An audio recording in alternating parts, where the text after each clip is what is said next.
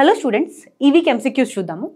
First question, which of the following statements regarding the National TB Elimination Program is not correct అన్నారు. అసలు ఈ national TB elimination programme ఎందుకు న్యూస్లో ఉందంటే రీసెంట్గా ఏమైంది అంటే స్వామినాథన్ గారి డాటర్ అయినటువంటి సౌమ్య స్వామినాథన్ గారిని ఈ నేషనల్ టీబీ ఎలిమినేషన్ ప్రోగ్రామ్కి ప్రిన్సిపల్ అడ్వైజర్గా అపాయింట్ చేయడం జరిగింది. సో ఆ కాంటెక్స్లో మనకి ఈ క్వశ్చన్ వచ్చింది. ఫస్ట్ స్టేట్మెంట్ ఏంటి అంటే national TB elimination programme aims to eliminate TB in India by 2025. ఇది కరెక్ట్ స్టేట్మెంట్. 2025 లోపల నేషనల్ టీబీని ఎలిమినేట్ చేయాలి ఇండియా నుంచి అనేటువంటి ఆబ్జెక్టివ్తో ఈ ప్రోగ్రామ్ రావడం జరిగింది. సెకండ్ క్వశ్చన్ ఏంటి, the programme follows a strategy known as DOTS. DOTS అంటే ఏంటంటే directly observable treatment short course.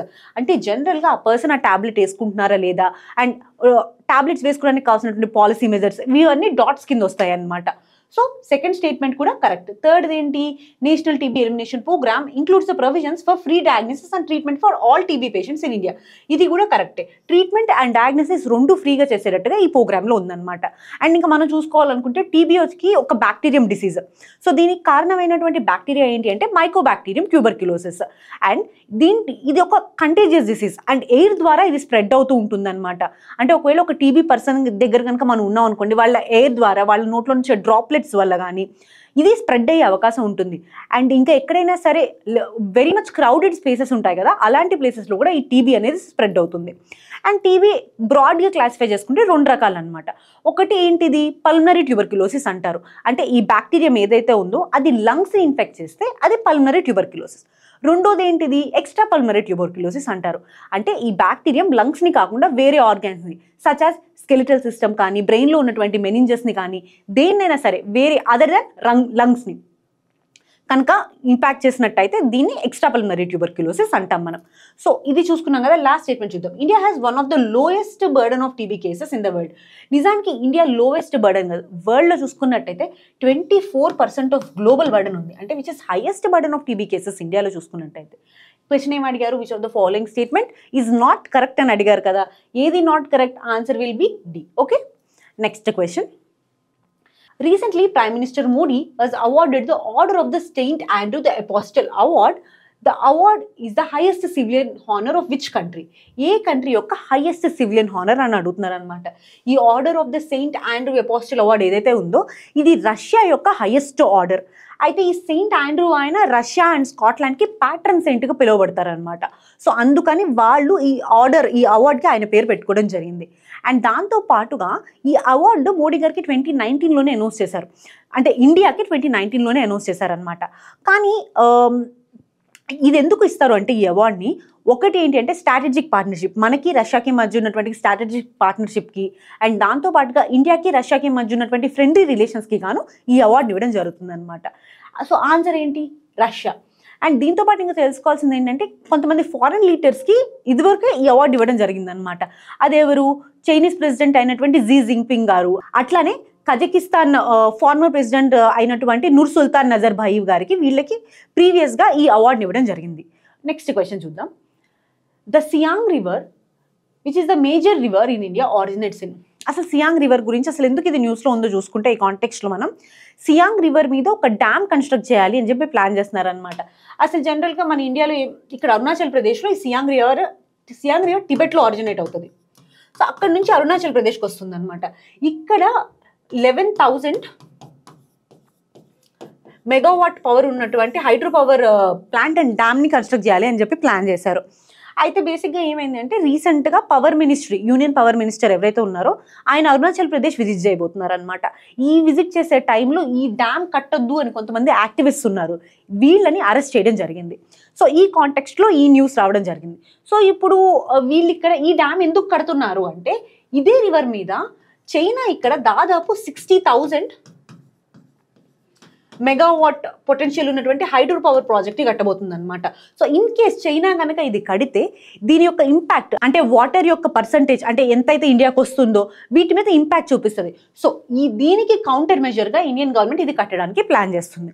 So ఇప్పుడు క్వశ్చన్ చూసుకున్నట్టయితే Siang river which is the major river in India originates in, ఎక్కడ, టిబెట్లో ఆరిజినేట్ అవుతుంది. ఆన్సర్ ఏంటి, C.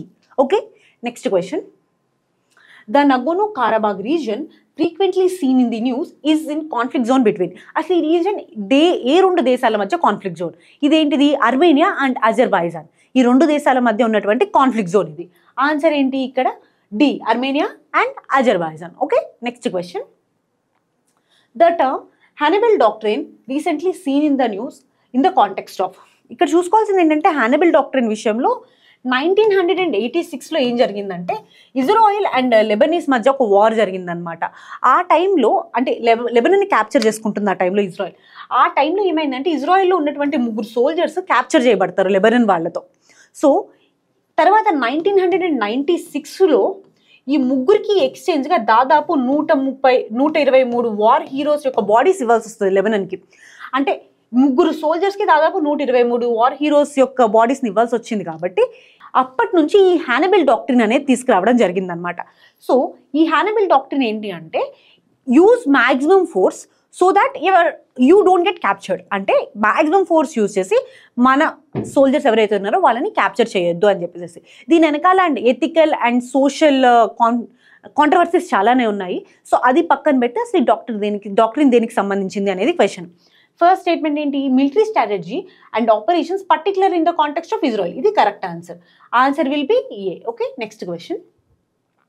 Consider the following statements regarding laundromat countries. అసలు ఈ లాండర్మాట్ కంట్రీస్ అంటే ఏంటో చూద్దాం. First the, they are major oil producers themself.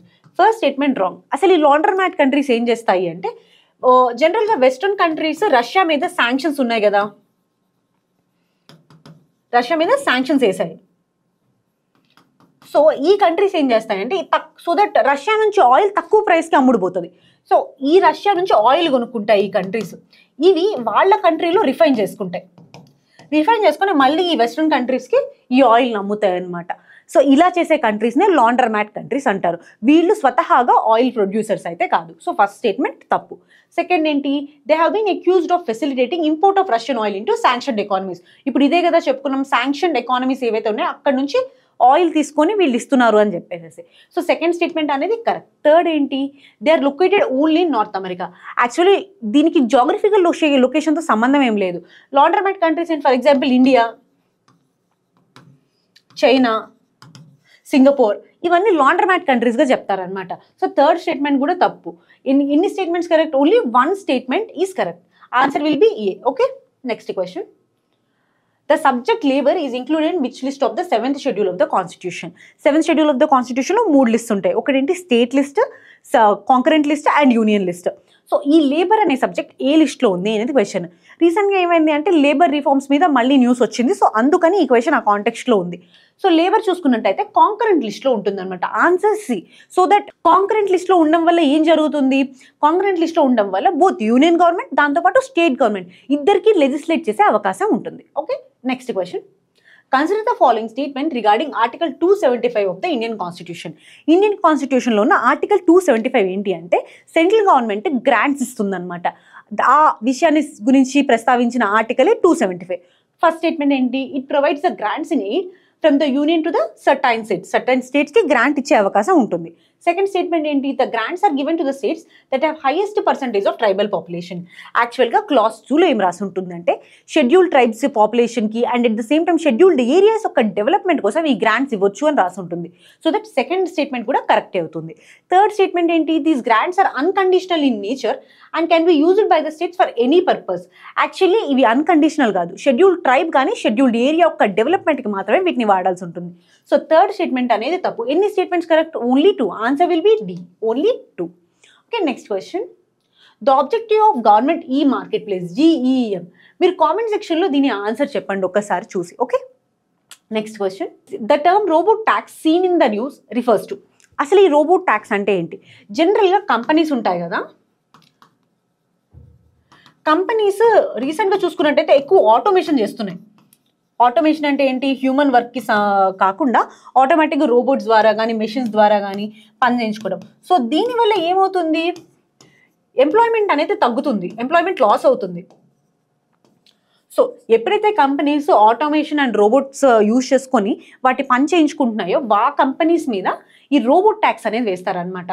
So దానివల్ల ఏంటి అంటే ఈ రోబోట్ ట్యాక్స్ నుంచి వచ్చే డబ్బులు ఏవైతే ఉంటాయో అవన్నీ ఒక ఫండ్లో వేస్తారు. ఈ ఫండ్ ఈ ఎవరైతే ఈ ఆటోమేషన్ వల్ల వీటి వల్ల నష్టపోతున్నారో అలాంటి జాబ్ వాళ్ళకి ఎకనామిక్ సెక్యూరిటీకి అండ్ సోషల్ సెక్యూరిటీకి వాడడానికి యూజ్ చేస్తూ ఉంటారు. సో ఫస్ట్ స్టేట్మెంట్స్ ఏంటి?